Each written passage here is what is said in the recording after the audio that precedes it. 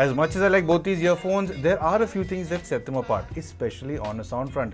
But before I jump into how they sound, let's see how these are built. The Lypertek case certainly seems more premium than the Yamaha case thanks to its fabric finish.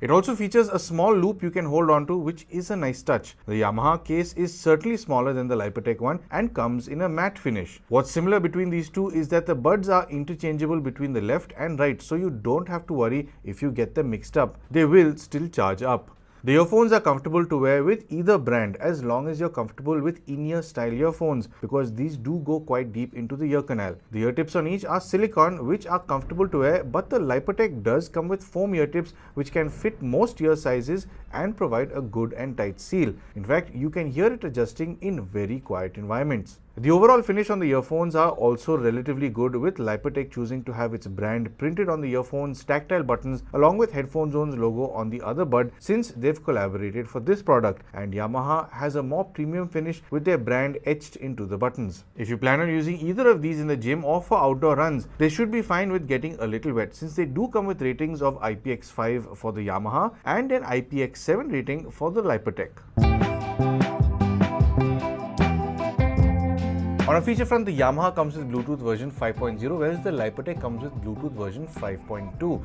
The Lypertek does have wireless charging, but it does not get app support, whereas the Yamaha does have app support. Despite the Yamaha having app support, it doesn't have much going on in it. Yamaha does want you to connect more with your music than any app. You can toggle the listening care on and off, toggle the auto power off timer, and check for any firmware updates, and you have access to the user guide in it as well. It's a fairly basic app, but to the point. Both these earphones don't have touch controls, they have tactile controls, and I really prefer tactile controls over the touch interface because it's more responsive. You can feel it, you can hear it more prominently, whereas sometimes with touch controls they don't always register, or you don't really know where the touch interface is, whereas here both of them have the button on the outside, so you know when you've engaged with it because it does give you that tactile feedback. Here's the part where I normally talk about active noise cancelling in any comparison, but both these earphones don't have that feature, but what they do have is some terrific noise isolation passively because they are in-ear style earphones. Now, both of them do sit fairly deeply into the ear, so they do manage to cut out a lot of noise. Now, lower rumbles will carry on through because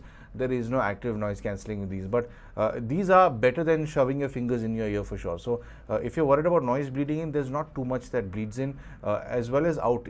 Well, I wouldn't recommend listening to higher volumes, but if you are listening to higher volumes, I suspect that it won't bleed out as much as other mass market earphones. Now, despite not having active noise cancelling, these earphones do have microphones. So I wasn't planning on doing a call test because you're obviously here to know more about the sound than how this would handle a call test. But I'm sure there are a lot of people who will be listening to music who do get phone calls or who suddenly need to make a call. So if you do want to know how your voice would sound in a busy environment, here's a quick demo to show you how these will perform.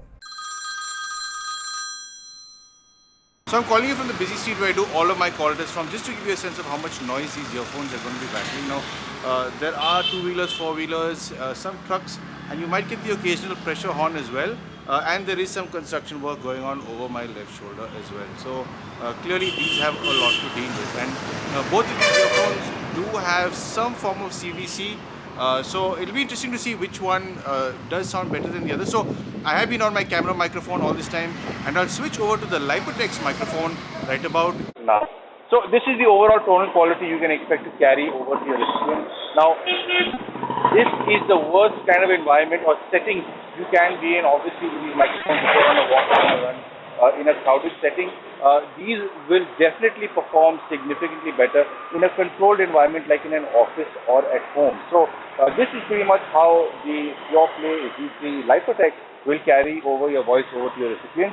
And I'll switch over to the Yamaha E3B right about now. So this is the Yamaha's overall call quality, and this is the tonal quality you can expect to carry over to your recipient. Now, no doubt, like I did mention, in a more controlled environment, these will do a little bit better in controlled settings at office or at home. This is certainly the worst kind of situation you can definitely be in with this much noise and honking. So you are sitting in the reviewer seat, so you'll be the best judge to see which one sounds a little bit better. And maybe let me know down in the comments below which you prefer and which one you think has a clearer or more natural vocal tonality carried over to you in this case or in the future to your recipient. So I hope that this demo is giving you a better understanding of both of these earphones And of course, I will see you back at the studio.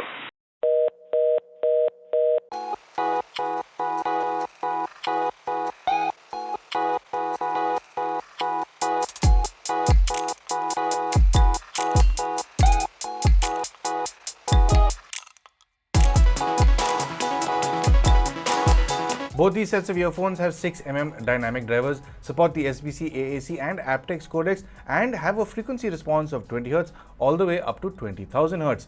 On a volume front, the Lypertek is certainly a little louder than the Yamaha. So to match their volumes, the Yamaha usually has to sit about 10% louder than the Lypertek to match it. Both of these earphones do sound fun beyond 40% and 50%, but I wouldn't recommend listening to these beyond 45 and 50% for prolonged periods of time if you intend on preserving your hearing. Most mass market wireless earphones tend to thin out a lot in the lower volumes, but both these earphones do pretty well. In fact, the Lypertek I thought would thin out a lot more at lower volumes, but it does stay true to having more of a rounded sound and feel to it.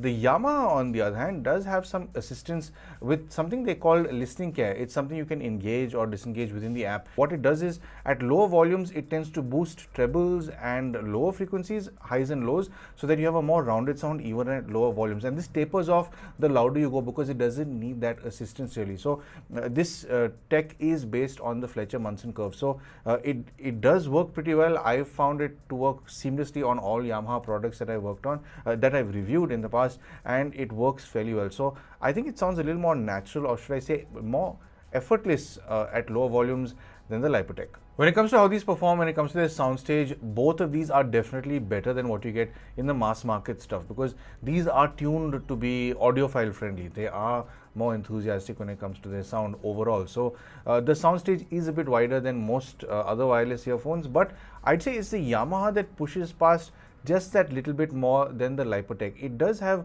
more of a sphere to it than the Lypertek does. It's got a slightly wider presentation than the Lypertek. So there is one specific song that I do enjoy listening to. It's in a live setting, and just when that audio starts, there's a little bit of clapping from the audience. And this specific sound with the Lypertek tends to sit, somewhere maybe within your skull, in the bubble in your head, but maybe slightly out, maybe next to where my glasses sit over here, where the arm is over here. Whereas the Yamaha, it does sit slightly further away, give you more of a sense of space. So it is more immersive. It is a wider stage. It does get a little wider. It does get slightly more vertical with overall audio when it comes to any good recordings you listen to. Now, no doubt when you listen to compressed stuff, both of these can go flat because the recordings aren't good. But when you're playing really good audio and really good recordings to these, both of these do shine. But I think the edge in stage, I prefer the Yamaha because it is slightly wider. On an imaging front, both of these are better than mass market earphones, and especially considering they're both wireless. Now, both do present themselves very well. You can zone in onto various nuances to enjoy bits in your music. Now, when it comes to the absolute comparison of these two, the Yamaha is a little bit sharper. It is a little bit crisper. It wants to give you a little more information without being too aggressive. The Lypertek, in comparison, can seem like it's a little bit veiled. High frequencies are brought to you softly with both these earphones, but they are well pronounced as well. The Lypertek carries this range over to you with a good amount of enthusiasm, but stays clear from being shrill, so it won't hurt your ear over longer listening sessions. The Yamaha isn't trying to outdo the Lypertek in this range when it comes to its tuning, but the separation and detail of everything going on in this range in comparison is like the edge of a samurai's katana. It's not as if the blade is being thrust towards something. It's more like a feather falling onto the blade's edge and getting cut under its own weight. It's terrifically detailed and doesn't hurt the ear. I found myself preferring this range on the Yamaha. Listening to the Goo Goo Dolls perform Name, there are a lot of highs in this track, from the guitar to percussive instruments, and the Yamaha just comes out sounding more natural with its presentation here. The Lypertek is a little bit recessed with overall separation and detail here, which always made me reach for the Yamaha when listening in on this range. Mid frequencies carry a good amount of detail and separation with both of these earphones, but they differ slightly in their excitement apart from other things. The Lypertek is a little more relaxed than the Yamaha here. It's a little more mellow in its delivery, or in other words, it is slightly more recessed, more so in the lower mid-range. The Yamaha does have a little more of a balanced response here, aiding vocals in sounding a little truer in its overall tonality. Vocals do sound more rounded on the Yamaha, but only slightly. The Lypertek makes vocals sound a little flatter, which can give them a hollower sounding performance. Listening to Dennis Van Arsen and Jeff Franzel perform She, this simple yet beautiful recording sounds quite enjoyable on both sets of earphones. But it's the Yamaha that carries over something a little extra. It brings over emotion that Dennis has in his voice, and every note played on the piano by Jeff has a purpose in its delivery. The Lypertek is no slouch here either. It carries emotion well, but because of its tuning, Dennis's voice can sound a little on the boxy side in comparison. When it comes to their lower frequencies, they are almost similar, but it is the minor differences that really set them apart. Depending on what song and quality of recording you're listening to, the Lypertek can be much larger sounding in this range than the Yamaha for certain. It's got quite a substantial body here. I can see people enjoying if they prefer heavier bass lines and rumbles in their audio. Despite being as large sounding as it is, it's not bloated with its delivery. The Yamaha has a slightly different approach here. It's not big or trying to be known. It's present and certainly tighter in its overall bass response. It's got better structure to it, making this range seem a little more excitable yet well-mannered. Listening to Cafe de Flore by Dr. Rocket, the Lypertek is fun to listen to with the bassline and sub-low frequencies, but being slightly bigger in presentation seems to make it lose any sense of tightness it could have. The Yamaha is able to give you a much tighter sense of the sub-lows here than the Lypertek, thanks to it having a tighter delivery. I wasn't expecting them to handle the sub-lows with more prominence, but being as firm as it is in its delivery, it manages to make all lower frequencies that much better defined. So to sum up, overall on a build front, I'd say both of these are put together very well, but the Lypertek does set itself apart with a fabric finished case. I have not really seen this in this price range. It does feel very different. It does feel quite premium, and you're not going to have any kind of scratches and scuffs. There aren't going to be even thumbnail scratches or soft scratches on it like you could get on the Yamaha case. But the Yamaha is also fairly well put together. In fact, the overall construction of the case and the earphones are pretty good. It's pretty tightly made. In fact, this set of Yamaha earphones that I have is well over 1.5 years and it's still going strong. I've not had any problems with it over all this time. Build quality wise, it's been in terrific shape, and the Lypertek earphones also, I'd say, are put together very well. On a comfort front, I'd say both of them are fairly comfortable, but one thing you have to keep in mind is if you're particular about how they sound, is when you insert it into your ear, they have to be twisted downwards to go slightly further into your ear and sit well in the cup, in the concha of your ear. If they're not sitting firmly there, they are not going to be directing the sound directly towards your eardrum. They're going to be bouncing off the ear canal. So let them sit right, let them sit properly, and you will benefit with better sound for certain. On a feature front, these earphones have not been made to impress people with multiple features and so on. They've spent most of their time towards tuning the driver and using good hardware for sound. So feature wise, yeah, sure, you do get wireless charging on the Lypertek if you're into that. If you've got a phone that has reverse wireless charging, or if you have a wireless charging pad at home, you can always use that to charge it up. But both of them do have USB-C. They will charge up reasonably well. They will battery life on these is more or less fine, but the Lypertek is significantly more than the Yamaha, so that's something you'll have to consider if battery life is important to you. But in general, I love the fact that they both use tactile controls. I've never really liked the whole touch control thing, because you have to figure out where the area is that you have to tap or touch, and you don't really know if it's acknowledged what you've done. So I sometimes find myself redoing gestures just so it understands what I've done.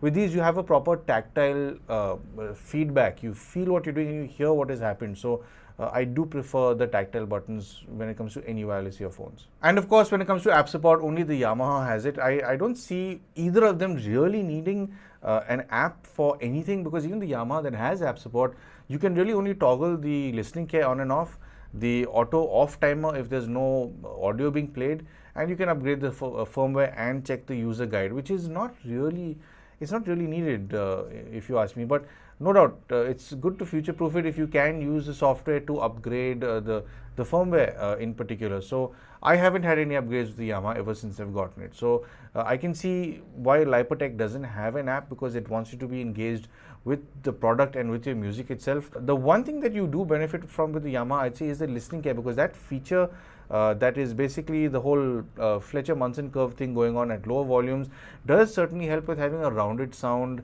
at lower listening volumes. So I've usually found myself really liking it when I'm winding down at the end of the day, because usually when you drop the volume on any audio product, your highs and lows go with mid prominence being the most relevant thing at lower volumes. So this handles that very well. It balances it out. The Lypertek also does do it reasonably well, but it's not as effortless sounding at lower volumes like the Yamaha is. Now when it comes to the sound, I have to say I've had a lot of fun spending time with these and A/B testing them, because as soon as I heard the Lypertek, the first thing I wanted to do was compare it to the Yamaha. Both of them, I'd say they're not really similar, but at the same time they are with a lot of things. It's very evident that both these brands are trying to give you the best sound possible, and they are obviously thinking about the person who wants a truer tone in sound. But it's the Yamaha that just edges out the Lypertek ever so slightly in most places.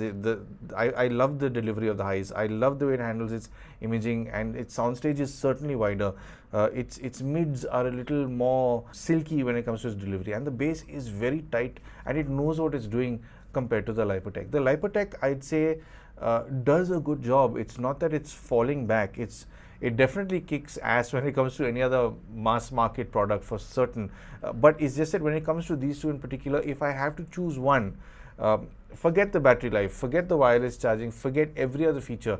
Just for sound and sound alone, I will go for the Yamaha. In fact, just to keep it simple, if you've ever heard an acoustic piano being played with a damper on, that's kind of how the Lypertek sounds.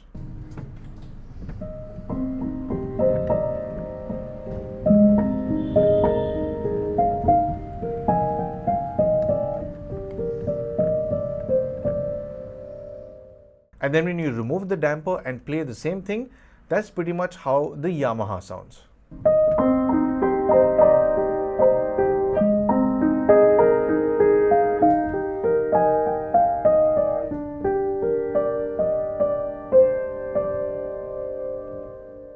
So all in all, I would say that both of these are terrific sets of wireless earphones, especially when it comes to the overall detail recovery and soundstage and just generally music enjoyment. And I'd say both are still catered to two different kinds of people, because there are some people who don't want too much detail. There are some people who want a more rounded delivery with imaging. They want a softer delivery. So if you are into that, the Lypertek's for you. Whereas if you want a little more focused concentration on all the details in your music, the Yamaha is for you. And I'd say both of these are terrifically priced, especially considering how they sound. And I hope I've been able to break it down well enough for you to understand which one's for you. So coming to how much these cost, well, at the time of recording this video, the Lypertek has a maximum retail price of 7,999, but you can make these yours for just 5,999. Whereas the Yamaha does have a maximum retail price of 8,490, but you can make it yours for 5,823. And I think the prices do vary. I think I've seen some Yamaha E3Bs for a little more, depending on the color. I think it depends on what's available in the market or online. So I will leave the links down below for these if you do want to pick these up. And all in all, are they value for money? Well, if you're somebody who wants all the features in the world, no, these aren't worth anything because they're too expensive for people who want, all the bells and whistles like ANC and so on. It's not for you. Don't look at these. Whereas if you are okay not having active noise cancelling and you just want to have good sounding audio, say let's say you're an audiophile, or you listen to a good set of budget or mid-range IEMs at home with a portable dongle DAC, and you want something that won't keep you tethered, both of these earphones are good for you. And like I said, one is a little softer in the imaging with a slightly smaller stage, and the other has better imaging with a slightly wider stage. So you can of course decide which one's for you, and absolutely, they're definitely worth it. So I hope you found this video helpful and informative, and I hope I've helped you make some sort of purchase decision. If you would like to help support the channel, I'm sure you know exactly how to. But of course, thank you for tuning in to Paul's POV for some sound advice.